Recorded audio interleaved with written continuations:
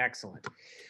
So the Elizabethan, when we talked about Tudor, we were really talking about the significant influence that Henry had in the world and how it then trickled down clothing wise. And we have to think very similarly of his daughter, Elizabeth. Now, if you read the lecture, and if you haven't read the lecture, I'm please going to ask you to make sure that you read it before next class.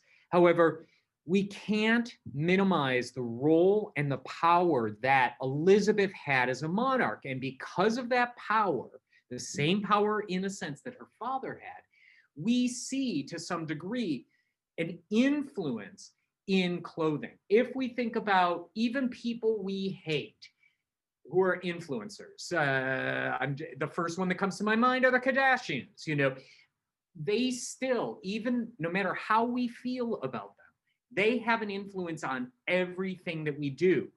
And it seems strange because you may be like, I'm the least sort of Kardashian person that may be in existence. However, you would be surprised how those things do ultimately trickle down to us. So ultimately, we really have to remember, even though it's England, even though it's Western Europe, this will have a significant impact on the movement of clothing. And as we, in a sense, talk about this period, we're also talking about a period of exploration in which these ideas are then being brought to different areas. Now, as I say in the lecture, this idea of exploration used to be framed as look at the amazing life that people had because of that. But we know now with a much, I think, stronger and better eye that this process of exploration was certainly Eurocentric, was certainly with an idea that people were lesser if they weren't European, and that any of these places that they went to were, as we, always used to say as children, discovered. Well, they weren't discovered. They had already been discovered. They were just being conquered. And so we have to be really careful as we're thinking about this period to try to put our brains in that idea, because it is so different for us today to understand how those things happen. And we see it continuously all the way up to practically, yesterday, where certain groups of people feel that they have a better idea of what should happen in the world, and enforce their ideas on other cultures. And hopefully through that First People's paper, you're starting to understand or delve into other cultures and their significant contributions, not only to the world, but to this cultural aspect that can't be denied. And, so when we're exploring, when the Spanish say, go to South America, or even, Southern United States or Southern North America, we're seeing them sort of push their culture, push their world into a world that has already been formulated in many cases for thousands of years. So ultimately we're looking at a group in which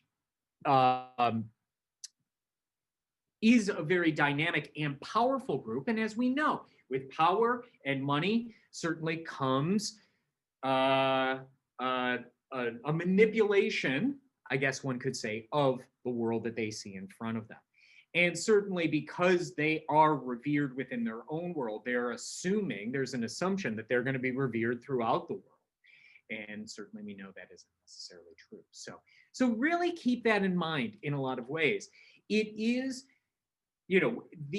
as we start to go through this process of history, it is pretty easy for us to separate us from the Romans and from the Greeks and from the Mesopotamians. And as we get closer and closer, and maybe even here, we're starting to feel it even more so, we are starting to see patterns and reflections of society that we still have kept for hundreds and hundreds of years. Specifically that idea of who is the sort of powerful and who are the weak, who are the ones that are being considered to be lesser than. And one of the challenges that we see, not only in this conquering, but also throughout Europe, is the use of religion to define that in some way. And again, it is in so many cases racism and anti-Semitism, and perhaps even in some cases homophobia, but that's a whole different thing. We see power being used very differently than how we would like them to be used. So we have to be really, really, really cautious of that. Not saying that we have to understand it and not saying that we have to like it, but we do have to keep that in mind because that does have an impact on everything, especially through this process of colonization, which we see happening not only coming to America, but moving into South America, moving into Africa, and eventually as we move into the later centuries into, India and into Asia. Not that India isn't part of Asia. So keep that in mind. So it is difficult and there are difficult parts. But because Elizabeth was Henry's child, I think in many ways there was a reflection of his personal style that she took on. And when we look at slides in a few minutes, we're going to see a very similar idea of silhouette and a very similar idea of the geometry and the excessiveness that her dad had, that she herself sort of encompasses. And it is very interesting because gender plays a huge part of this, meaning that we do see in a lot of ways some androgyny or some mixing of ideas where we'll see ideas that had been held in some ways for men becoming ideas that we'll see represented in Elizabeth, again, trying to feel as powerful as possible. And we will see this idea of feminine silhouettes that we had seen in the past finding their way or morphing into the fashionable male silhouette. So there's a lot going on. Now, quickly, I did mention it, but it is very important to know, it wasn't that Henry died and then all of a sudden Elizabeth became queen. It was quite a while, in a sense, before that, because you have to remember that Elizabeth was Anne Boleyn's daughter, and Anne Boleyn was not looked on favorably at the time and continuously through Henry's court. So she was kind of shipped off into the world and set, sort of to the side. If I don't know if any of you know about succession, specifically in the British monarchy. Hopefully you do know a little bit, but it actually just changed in some ways. The whole sort of organization of succession, they've sort of said, this is stupid in the way that this works, because it was generally that you had to go through pretty much all the male heirs first before then you moved on to the female heirs. So if you had 16 sons and you had 2 older daughters, they would have to go through all of those heirs first, and then maybe it would go to the females, to the female heirs. What is also interesting about this is once a monarch dies, family members around the monarch certainly can vie for the position as well. And that's where we get into the War of the Roses, and that's where we get into some of these other aspects where a family, like the Stuarts say, may enter into the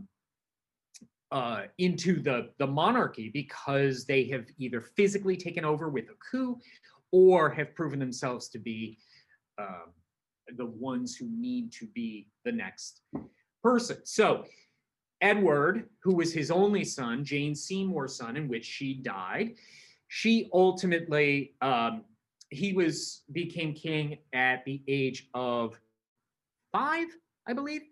And nope, 5, 6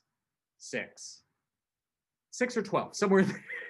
My numbers are a little jagged in my head as I was thinking about something else. But he was very young, so they had to have somebody to rule with him. And so that's where we get Lady Jane. and Lady Jane was the consort for a long time and sort of was the pairing until he was old enough to actually make decisions. At that time, Mary, who was the first queen, sorry, Catherine of Aragon's daughter, was sort of in one corner, and she was dealing with Spain because she was married to Philip II, who was Ferdinand and Isabella's child and was the heir and eventually did become king. And then Elizabeth was in another corner altogether.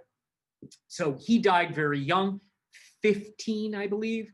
And so they went directly to the next person, who was Mary I. And Mary I was a very strong personality, was very, very, very Catholic, partially with her tie to Spain, but also because that's how she was raised, because her mother was Catholic. And so when she came into the fold, she was bringing, Catholicism back to the center of the, England as we knew it. And we knew that previously with Henry, he changed the whole process and created the Church of England just because he didn't want to follow the Pope. And so we had a very large group of people who were Catholic and a very large people who were Anglican. And we created a series of civil wars in which, as I mentioned in the lecture, they called her Bloody Mary because when she made Catholicism sort of the center of English life, those Protestants were then, tortured and burned and in a sense sort of determined that that was a lesser religion. And we see some reference to this in Spain as well, because this is also where we start to see the rise of the Inquisition moving forward. And so we can see kind of this antagonistic and dangerous belief that, in a sense, if you believe in anything else but Catholicism, you are pretty much doomed to die. So on her, she was in the throne for a relatively short time, less than a decade. And when she was on her deathbed, she made her sister promise her, Elizabeth, promise her, because, here's the other thing. Elizabeth was put into jail, basically, into the Tower of London, because everybody feared, because she was Protestant, that she would lead an uprising against Mary. So she was sort of sequestered away from everybody.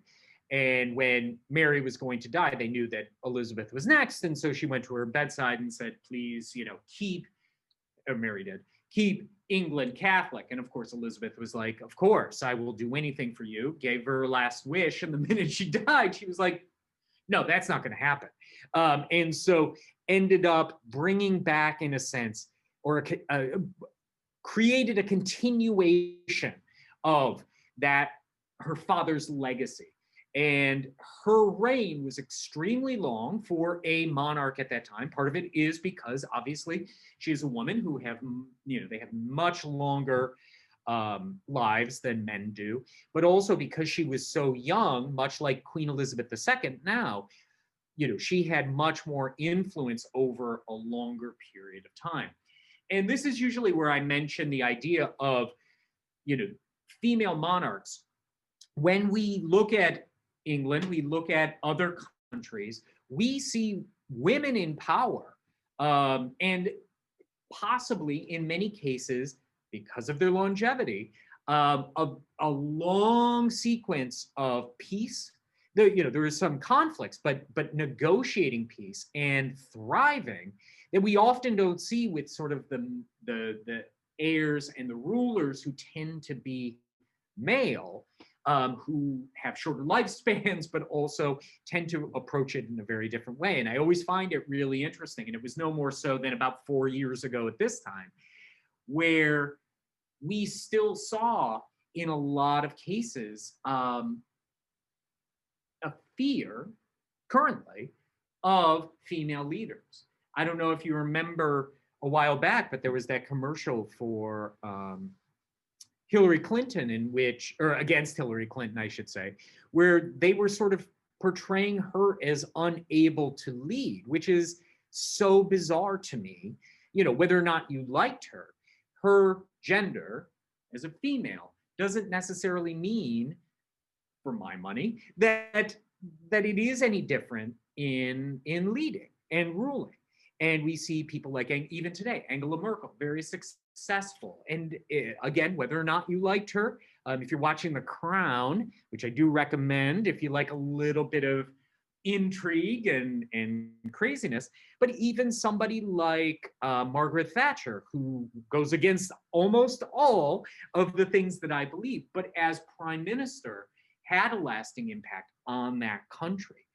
So it is very fascinating how that has sort of, even though women, female monarchs, female rulers have proven themselves time and time and time and time again to be successful, there is still some hesitation. And finally, in succession now, and the succession for, after Queen Elizabeth II dies, which we hope does not happen for a very long time, but the sequence of events that is happening is crazy just to follow the map. But it would have worked its way down through the male heirs, and eventually they changed it so that I hope she's immortal. I hope she's immortal. I'm knocking wood.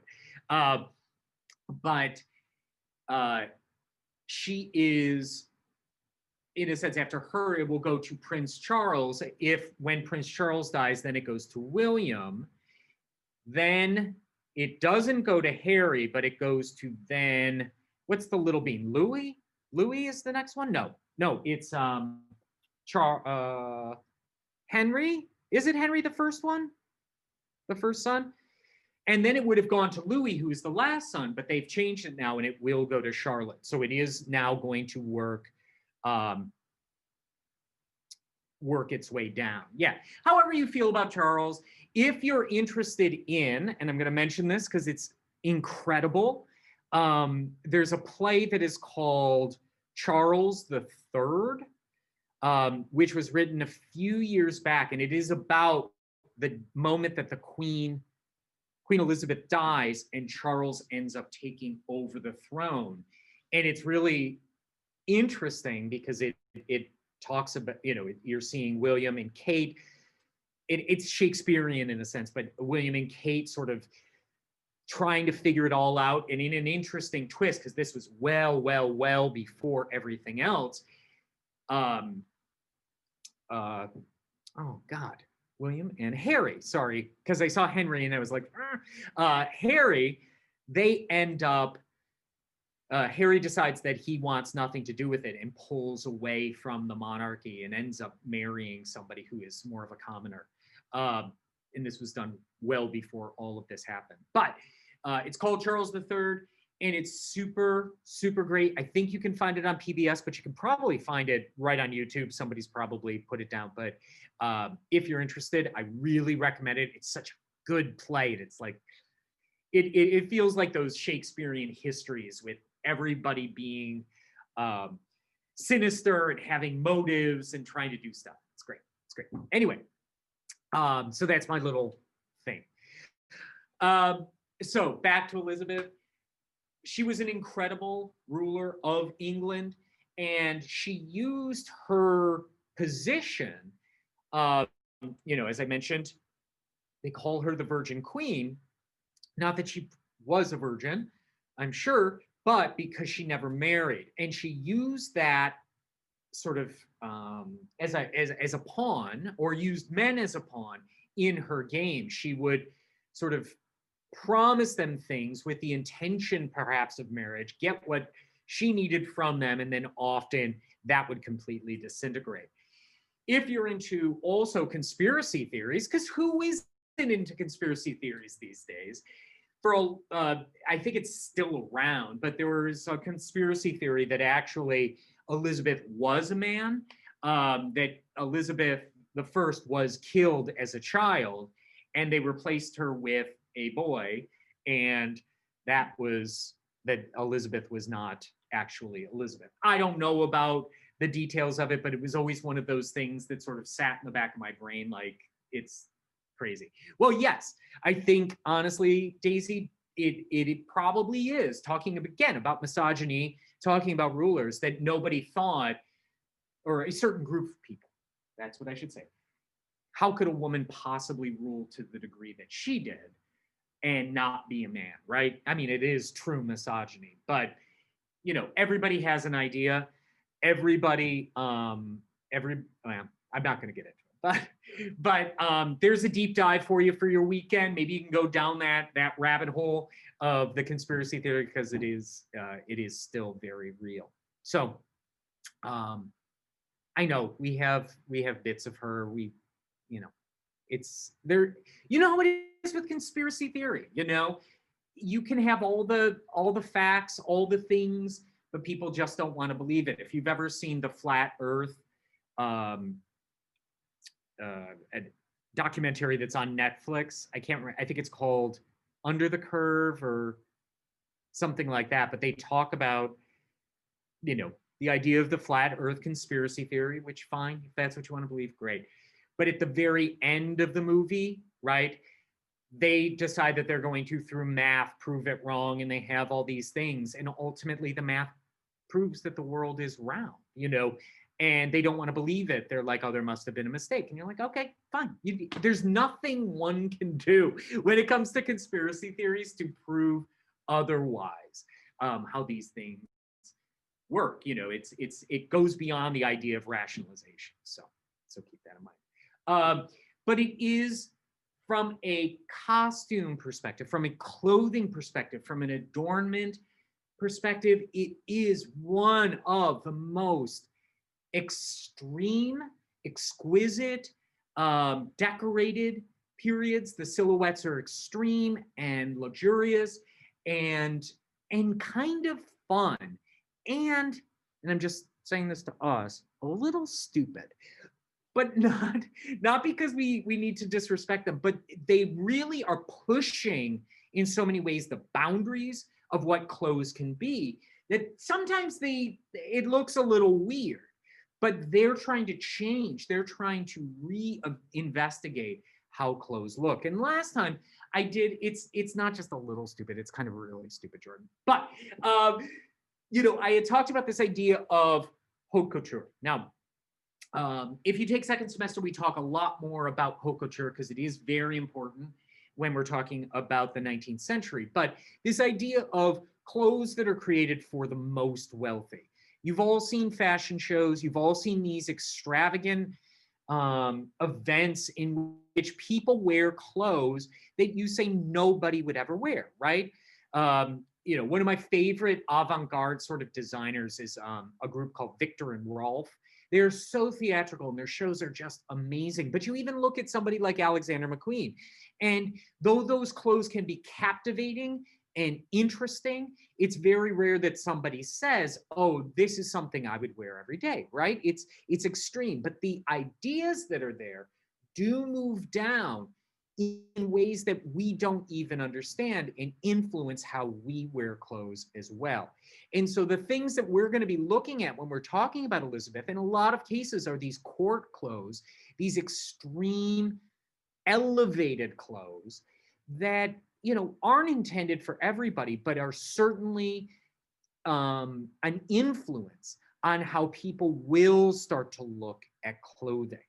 And especially as we start to see prosperity, in a very different way than we saw in the bubonic plague, say, where everybody just kind of got stuff. Now we're starting to see riches find their way into the world with these explorations, with, even the sailors who are going on these are getting more money than they possibly had before, for good or for bad. Everybody's starting to sort of address this idea of adornment and address this idea of clothing, and starting to find a way that they can visually express themselves through costume. Okay, yeah, you go to the Met Gala, you see beautiful and yet crazy stuff, which is haute couture. Those are the haute couturiers that are creating clothes for that event. That cloak that Rihanna wore for the Chinese themed Met Gala, is spectacular, and his craftsmanship and his work, but it has no place in everyday wear. You know, even in the most dressed forms, you could never wear that coat anywhere. But I bet you 10 to 1 because of that. Yellow, velvet, embroidery, trim, maybe even Asian inspiration found their way, trickled down to us as common people in ways that we may not even link directly to that. So keep that in mind, because these things are excessive, and obviously people aren't painting portraits of just everyday people, right? They are painting the queens, they're painting the wealthy, they're trying to get to capture those people. We will slowly start to see, as we move into the next period, more common, more everyday people, and we will see a few things here or there, but really our emphasis tends to be on the wealthy um, and the world. And we still see within art a great deal of the idea of the Renaissance, the Italian Renaissance, where if they are going to paint something that aren't portraits of wealthy people, they tend to have more classic themes. They tend to pull from antiquity rather than try to show the world as we know it. That will tend to happen in our next period when we start to get into the Baroque. So, which if you join me next semester, that's basically where we start. Okay. Do we have any questions about Elizabethan, about the lecture, about anything that you saw in the videos or any of those things? Because I do like to really take our time with these slides because I think they tell the story better than any old man like me could. Nothing? Okay. I am old. I'm much older than you'll ever know. Isn't that amazing? I told you, they think I'm a vampire. Okay. So we're going to go to slide only is how we're going to approach this. I don't look. Oh, now, Jordan, you're just trying to get extra points. I will tell you, though, Zoom does a lot for you. You don't know that I wasn't in Elizabeth's court, but Zoom, I had it's a very long story. Tangential, I'm sorry, this is going into the recording. Everybody's gonna be like, why? I had a friend who was my college roommate pass last week, and this current week, we did a memorial for him, and we were all on Zoom for this event, and I got to tell you, the MacBook camera, it took about 12 years off my life because some of the people there looked our age. I'm not going to mention how old we all are, but I felt like I kind of looked, you know, when you catch your eye, I was like, oh, I look so much better on the Zoom, in Zoom and on my MacBook camera than I have any right to. So anyway, okay. So let's go back. Let's hop in that magic mystery machine and go back to Henry just a little bit. Okay. And what I want you to focus on here, folks, is I want you to focus on the silhouette. Again, remember that silhouette that I mentioned for men is the idea of that box, right? With the legs sticking out like a tree, right? And then when we think about the women, that's not gonna, I thought that was gonna do what I wanted to do and it didn't. And I hate that. I gotta go this way. And when we think of the women,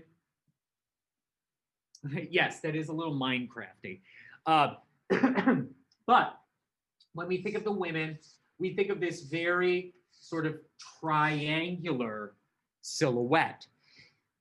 We're gonna see through Elizabeth's sort of reign, we're going to see these silhouettes, in a sense, sort of switch a little bit. Now, the one thing that we're going to see stick for most periods in a lot of ways is this idea of an emphasis on a small waist. Now, we have to be careful because stays aren't necessarily making our waist smaller. You know, we think, as I said, you know, before, that those stays aren't tight lacing us. We aren't necessarily aiming for the tiniest Scarlett O'Hara waist. What we're trying to do is move our bodies to create as triangular a shape as possible. And this idea here will sort of stick with us for women's clothes, much like we see here on Elizabeth, you know, with this sort of basque front. However, all of our emphasis, which was down here in the triangularity of the sleeves, much like Henry, will move up to the upper part of the body with that idea of the Lego mutton sleeves, which starts to change the silhouette altogether. When we showed the armor before, I really wanted to show you that in, this is Henry's armor, and you could see how huge this is, right? And you can even see a difference. This is an earlier armor here. And then if we look at the one on the right, you can see a latter armor, and you can see how it is sort of boxed out and filled out a little bit, but big guy. Anyway, so here we see Elizabeth. Now, these pictures I'm putting in visual chronicle order. Some of these paintings were painted out of order, but this will show us the very sort of steady progression that Elizabeth went from more of the Tudor style to the Elizabethan style, okay? And here we're seeing a painting that was painted much after her coronation, but this is her coronation portrait. And you can see we still have that triangular bodice, and we still see a triangularity in a sense from the shoulders. But what tells us actually that this is later is look right here. You can see my little mouse, right? My little cursor. Yes, yes, somebody? Choop, choop, choop. Yes, thank you. Notice how thin that sleeve is. Notice how narrow it is. Well, we know that those sleeves really would have been full like so, right? And then if we notice right here around the face, can you see that sort of figure 8 detail happening right around the face? That is also showing us that this is much later, because these things, these ruffs, as we get to know them, didn't reach this capacity right at the beginning of her reign. So keep that in mind. But this gives us a sense of her as a younger child. And here we see her sort of midway through. And if we notice, can you see how the wrists have now started to fit closer as it did in the Tudor period? And then can you see how the sleeves are starting to grow at the top, very similar to how we saw on the chimere, this fullness, and creating a sleeve that is full at the top and then coming down to the wrist. This is moderate, but this is what we would call a leg o mutton sleeve. Notice that it adds height, but it also adds a silhouette change across the shoulders, right?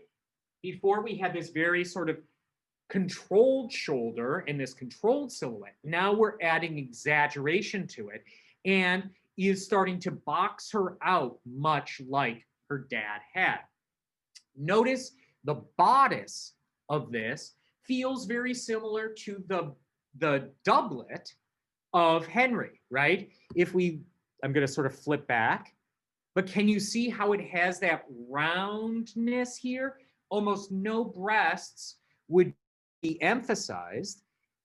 It tends to feel rounded. And as I mentioned in the men's section in the terms, this idea of a peas cod doublet became popular, this rounding of the bodice for men, but with this little bit of a stomach. And we sort of see that here as well. It almost has a beetle shape to it. Now, which came first, this or the men's reshaping? It's really hard to say, but we can see some androgyny in the silhouettes that are being created. Now, notice around her neck, we can see that ruff starting to build. And the idea of the ruff was manifested. I wore my good sweater today. I remembered when I wear stuff that works, I love it. So imagine that our shirt, our kamika, was normally like this, right? And we would have a bit of the phrase on it at the edge here, and then our doublet would come up into this.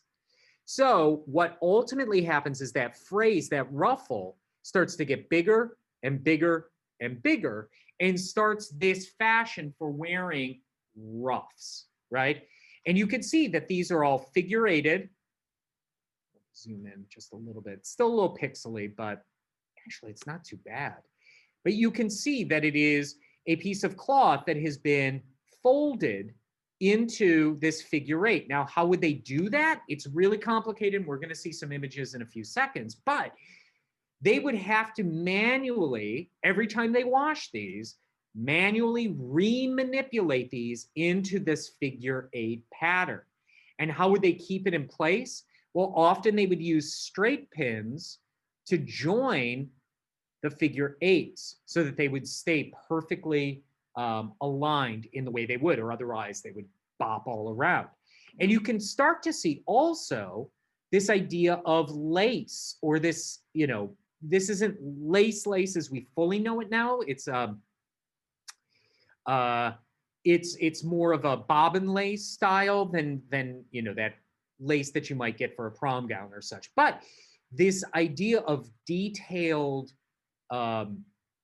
textile work becomes very popular in this period.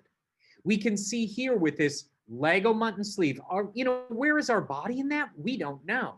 But we can also see just at the cap here, this little crescent, or what I call wings, shoulder wings, that sort of add to the quality. And can you see how that's very Tudor, very Henry in a sense? You know, this idea of slashed or paned and puffing, which we'll see continuing throughout the whole semester, the whole style.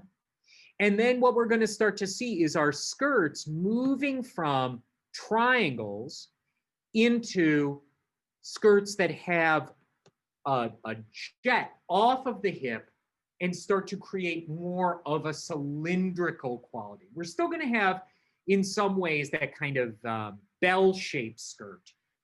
But we're going to see, especially with Elizabeth, a much more rectangular idea. Now, three things you also need to know about Elizabeth. Obviously, we're going to see a lot of wigs, okay? She was known to have, you know, this vibrant orange, this red hair, just like her sister and just like her little brother. However, she would wear wigs continuously through her life. Notice that she also, much like we saw in the Gothic era, plucks back her hairline, or in this case, snatches her wig back just a little bit, but plucks back her hairline to give her a big open face. We start to see the removal also of eyebrows. And the reason that we think of that is that she is trying to make herself look like a pearl, you know, really this beautiful open face. And to make it even look more like a pearl, we would put powder on our face. And the powder on our faces would be the same powder that we have used since time immemorial, which is white lead. Now, what is white lead? We talked a little bit about it in Egypt. We talked a little bit about it when we went to Asia. But the idea of white lead is lead, the mineral, that you kind of shave, that you break down into as much of a powder as it can be, and you would coat your face with it. So it would be like powder that we might have today. But what makes it awesome, if you've ever touched lead itself, even though it's super heavy, it's also kind of squishy, right? And so when you squish it in its powder form, what does it do? It's almost like paste, right? So you can really, really, really smooth out and create a very flat surface. But what is the other part about lead that is not so good? Yes, it is poison, but what is the... Does anybody know? Doesn't it cause like all kinds of sicknesses? It does, specifically cancer. When it comes in contact with your body, it does cause cancer, right? So imagine, what do? We smear all this white lead on our face, and then slowly that white lead is going to burn away our face. And we're going to start to get, lesions on our face.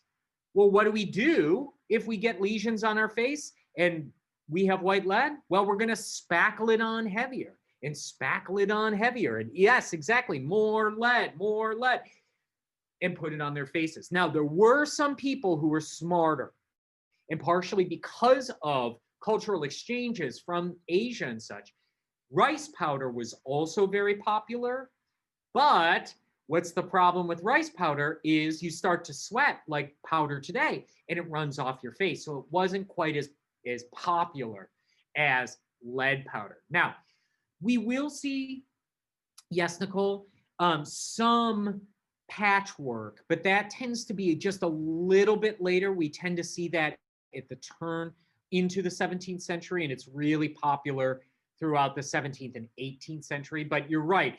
What you could do is, if you had, well, we'll imagine a pimple and not a big cancerous lesion, but a pimple on your face. Often, instead of putting makeup over it, what they would do is put a little beauty mark. They would cut out of black paper and put like a little star or a little crescent on their face. It wasn't fooling anybody, but eventually, excuse me, I'm very burpy because of my water, but eventually it would become fashionable, and you would see people with them all over their faces. So yes, and beauty marks are still very, very, very popular today. So we're going to move forward a little bit to another portrait. And here we can see the sleeves are getting bigger and in a very strange way, much higher, and complete shift off the body. If you notice, you can see, first of all, that it is a very Tudor neckline in some ways, right? Very triangular, very very Byzantium in its decoration. But notice that it is shifted here off of the shoulder. So it's coming off even more so. It's not, again, here, but it's really pushing as far as it can. And then the sleeves are then exaggerating those shoulders even more so. So when we think about it, we are starting to reach, in some ways, that box, much like Henry does. We can see an insertion right here of black work. Now, would that be the shift? Probably not. It's too perfect in a lot of ways. But we can see how it, much like a bra strap or some sort of lingerie, it does sort of give us the sense that we're seeing something we shouldn't, right? Even that idea of the stomachers that we saw before, they're sort of alluding to this idea of underwear that probably isn't the underwear. I saw a video the other day about stays in corsets, and I did kind of get a little mad, but they were a costume historian too, and they can feel what they want to feel. Believe what they want to believe. I don't believe them. Notice this ruff. Notice how the lace is getting so much more developed, and it's starting to look like lace that we understand. We can see her face is very pearl-like. In fact, we even have the pearl hanging down. The second thing we start to see is the heart. And eventually, we're going to see in her face a heart shape start to develop as well. Let's work down just a little bit. So in her hand right here, is this what you were talking about? There's nothing there. There's nothing there. But in this hand, she's holding a fan, but you can't quite see it. So she's holding a feather fan, which were very popular at the time. I think we have one more illustration of a fan coming up. That would be made from, ostrich feathers, made from a whole bunch of exceptional things. We can see now that little bit of white that we normally saw at the wrist will also start to become cuffs. In this case, very much like the ruff, a ruffed cuff, right? And then we can see the bodice with that basque front. We can see a peplum in a sense, but just made out of little ribbon rolls, just like we see sort of through here. And when we start to break that peplum down, we call them peccadilles when we break them into tabs. And then we can see a belt of pearls leading down. So that's probably leading down the front to a pomander of some sort. And then right through here, we can see it as an open gown, yes, revealing the jupe underneath. But everything you're seeing here, this is all embroidery, right? This is embroidered, these are embroidered, and then these are pearls, three-dimensional pearls. Yeah, you can see like right here the dimensionality of that pearl. So those are three-dimensional pearls that are then sewn into the gown. And if you're really interested in her clothes, there is a freakishly expensive book. We do have a copy of it in the library, so you can get it for, in a sense, free. But it is called Queen Elizabeth's Wardrobe Unlocked. And it is about her clothes and what made her clothes so special, because we also have lots and lots and lots of records of her clothing that inform us about what life was like there. But we can also see, can you see how the skirt is really moving away from triangularity and starting to jet off the body and then round down? It's starting to move bell-shaped off the body.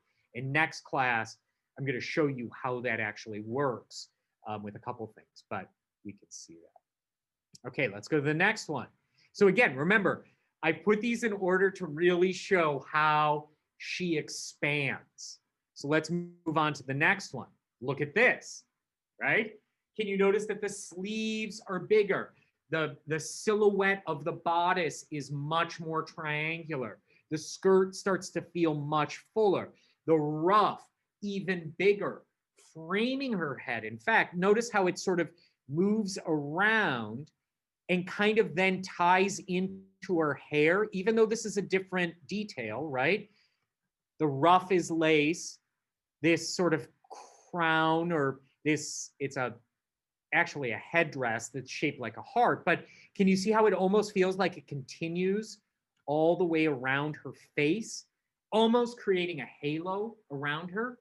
And notice right here, we see this heart shape really playing out. So creating this heart shape around her face. Oh, sure, of course, she's taking on a physical power, right? Her dad incorporated silhouette to show his strength, and now she's using it to say she is the most important person, not just the most important woman, not the most important man, the most important person in the world. We can see how full those sleeves are. We can even see these cuffs with this remarkable lace here. Yeah, she came to slay. We could see the sort of figure eight ruff-like cuff happening here, but then notice this sort of folded cuff, this cuff that is folded back. And that's what I call a gauntlet. When we see cuffs that are folded back, we're thinking of gauntlet cuffs. And we'll get to that a little bit more, but that was in your vocabulary. Notice the pearls.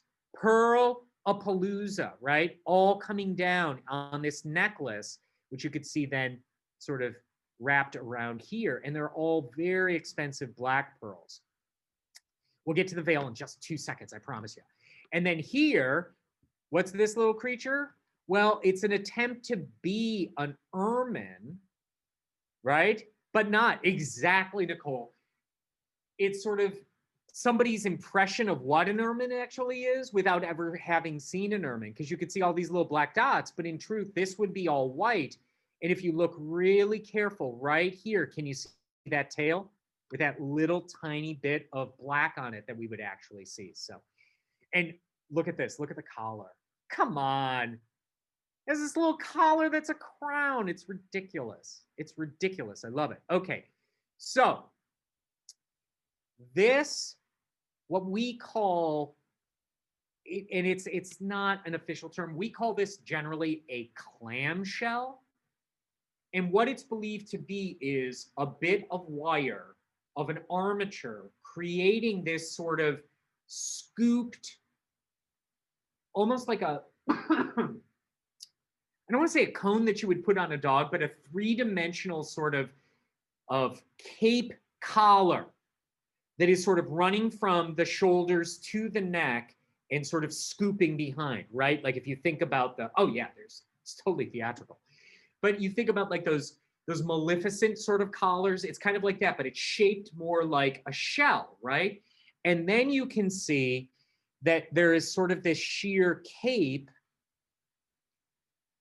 that is sort of tacked onto the sleeves that is coming from it and then transfers away. You can see it's sort of right there too. So it is sort of like this fabulous sheer cape, but you could see that everything is overly detailed in there. And then notice all this jewel work that is in that crescent, in that sleeve cap, right? I mean, these are jewels. They're not just like little tiny beads. These are all tons and tons of pearls and rubies and onyx, all sorts of beautiful things. Now, every year when I get to this point, I say, you know what I need to do next year is I need to do research on the specificity of these jewels because, and I think it's this one that I recognize most, but I think it is the same. No, it's not the same one as in that portrait, but you see the same jewels in one of Henry's portraits. So I've never gotten around to that, but I need to. And then notice that this is also a second necklace. Remember that, we'll go back to this one. Yeah, totally iced out. Remember that chain of order that's happening here? And we can see that there are pearls and details in that, but look how she has used it to the next level, right? Has really used it in every way to make this extreme necklace. And then this second black necklace that comes down too. Yeah, black pearls, just spectacular. Let's get close up. What you're seeing here is the front of the dress going behind, and then starting right there is the chain of order. And then the front dress continues down here, a little bit of jewels down here, a little bit of jewels down here, down here. And notice how each one of those feels like it's getting a little bit smaller to sort of emphasize that triangle. It's pretty crazy. Okay. Let's see. Yes, she is holding a peacock feather. And in this case, I think it has to do with writing more so than fan work. Okay. But it's exotic. I mean, that's the other thing is we're putting a lot of exoticism into it. We're coming up close. Okay, next. Let's see, I scrolled in. So look at this. Look at this silhouette, my friends. It has completely detached itself from any recognizable part of the human body, right? Her sleeves are as completely as exaggerated as Henry's silhouette. Her torso, through a series of different angles and shapes and movement, has really created as triangular a shape as possible, and has even extended with the basque below the skirt itself. And we're going to get to that in just a second. Notice these incredibly full sleeves, these impossibly large leg au mutton sleeves. They literally look like they were inflated, right? Notice the ruff here has gotten to the point where it's almost all lace. Oh, I know, there's so many snacks that could be in there. But you can see that the entirety of it is now as much lace as possible and has started to even more so encircle the head, encircle the face, so it does feel even more halo-like. And you can see that that plays into this. Now, see, she's probably wearing a headdress back there, but notice how she's even styling her hair into this heart shape around her. And then, the bows and the embroidery and the pearls. I mean, she has 1, 2, 3, 4, 5, 6, 7, at least 7 pearl necklaces there just around her neck, just incredible.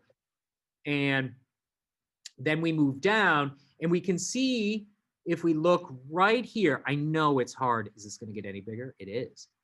You can see, so imagine this first. There's the side of her body, and then there's her waist, right?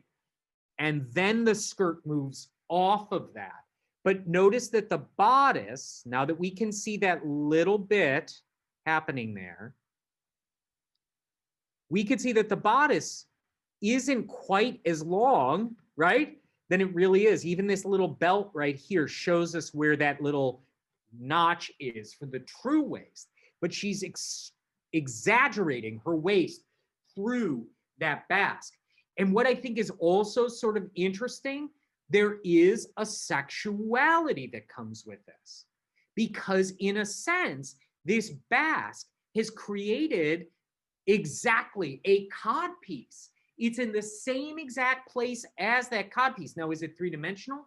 No, but it sort of is saying, I'm trying to think of a really, every year, I try to think of an uncrude way of saying this, but it's basically saying, you know, watch out. You know, I'm as strong as a man. Yes, with that strategically placed pearl. And in a sense, it does have this phallic quality to it. And then if we go down, you can see that this is a very open skirt, you know, very rounded. And we see the underskirt here, the jupe, very excessive. Look at this crazy ring. Can you imagine wearing this ring? Look at that. I mean, you could take out somebody's eye.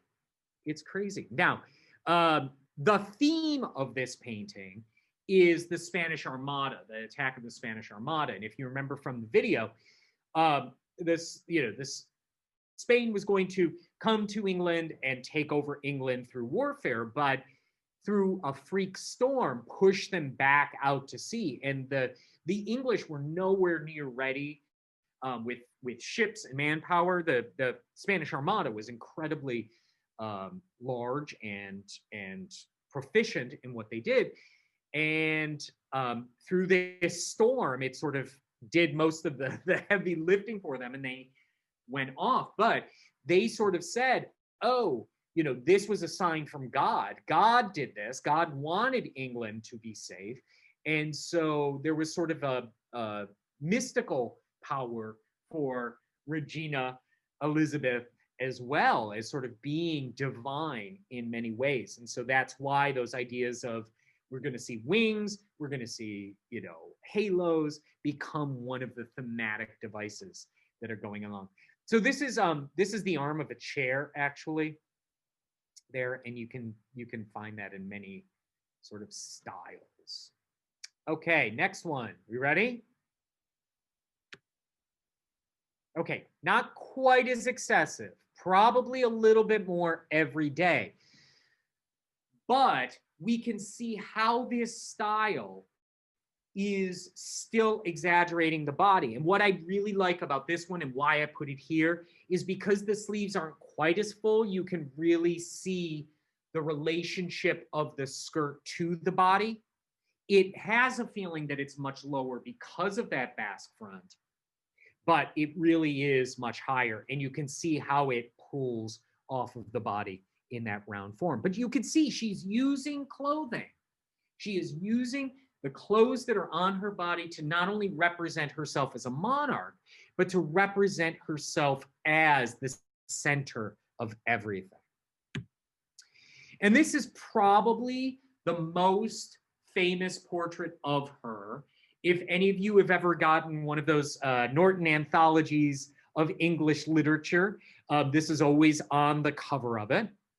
But this is the most extreme, right? The most extreme silhouette. And like I said, she is her dad here. She still has on a skirt, so we don't have, you know, tree or, you know, a box with legs. What we really have is just everything that can be full-bodied is as full-bodied as possible. Now, when you look at this, it is hard to see the human body in this. And we're going to come back to this in just a second. But I created a slide that sort of shows where I think the human body is sitting in here. Because if you look at it, Notice that it looks like she is, 75% torso.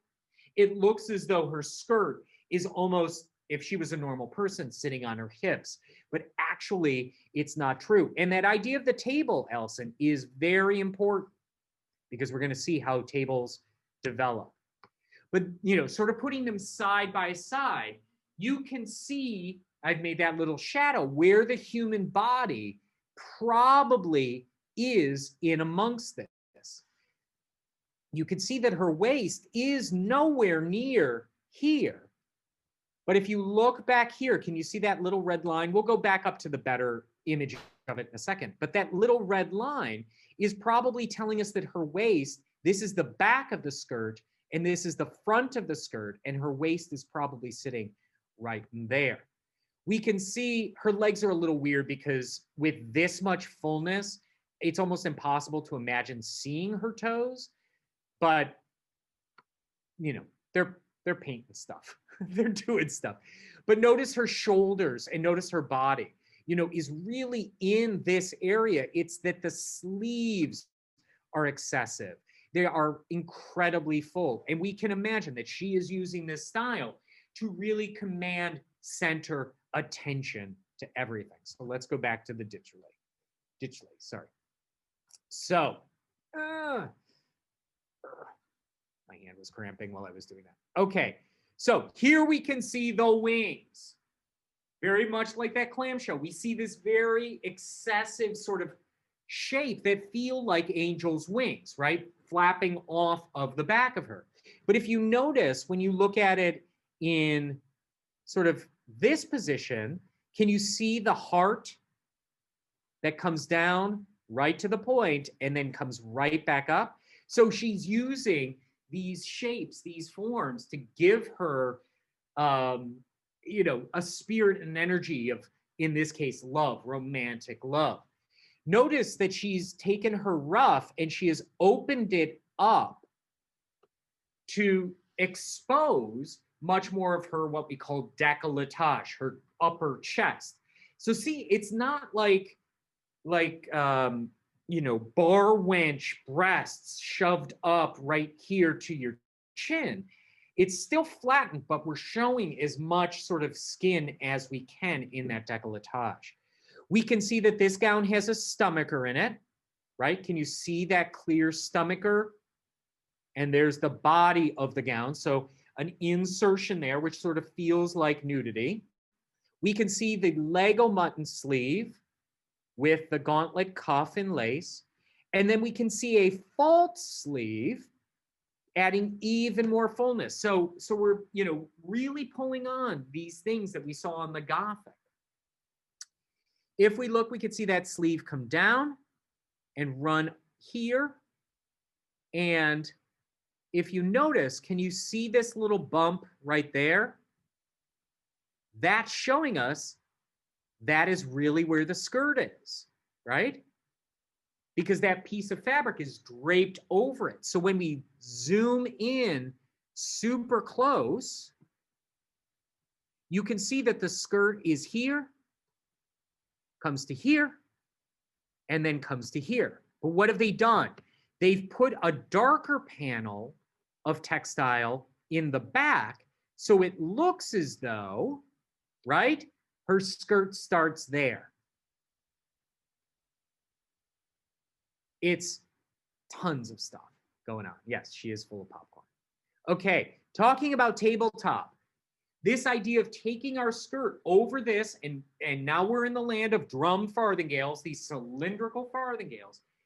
What they would do is they would make the skirt and then they would tuck it up.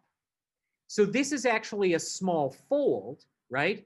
This is a small fold in it, and it does create almost a tabletop. If you think about, in the 80s and 90s, and maybe somebody in your family still has one of these, we used to have these, sort of decorative tables where we would put on, a tablecloth. And then on top of that, it would often have like a little topper. And that's kind of what it's creating. It looks like a peplum, an extended peplum. But really, all it is once you put on your farthingale, Then you would lift the skirt ever so slightly and tuck it in to the top of that farthingale and pin it so that this part would stay perfectly even all the way across. Okay, if we zoom in on that, you can see that it is just a little fold happening here.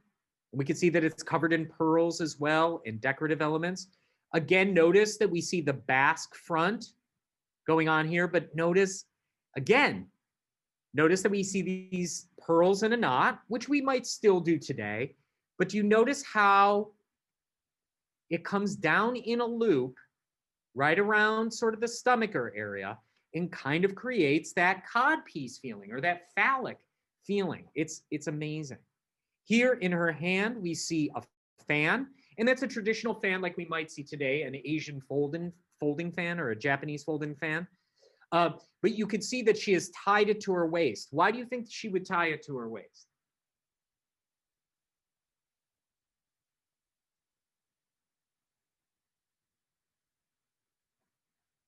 Any guesses? So she doesn't lose it, kind of like a chain wallet.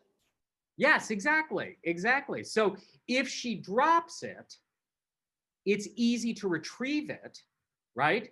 Because imagine if she dropped her fan. I mean, of course, she would have a million people to grab it for her. However, if it fell, could she reach down and get it? Probably not. It probably would find its way underneath her. So this idea of tying things to you does become very popular, especially when silhouettes are quite excessive like this. Now, if you look at this illustration, did I move the illustration completely? I did. We'll put it back. There we go. Now let's see if we can, yes. Notice that she is standing on a map of the world. The floor looks like a carpet of the world, or is a carpet, excuse me, of the world or such. And you can see that it, in a sense, it's this analogy of, you know, she stands on the world. She is the center of the world. And this idea of, you know, the sun sets and rises at her, this, you know, for her is kind of used as an analogy in this painting as well. Okay, so what I ultimately want you to get from this is how she sort of uses her dad's silhouette, or her dad's silhouette seems to find its way into the extreme of creating who she is. And it is kind of a cartoon. I mean, it is so extreme, it is so extravagant that one can't even imagine how one would live in this. But again, as queen, you know, she can do whatever she wants to do. And certainly she has the resources and the money to make it happen. Okay. So I'm going to stop here for right now with the lecture. So let me stop this first. And I'm going to stop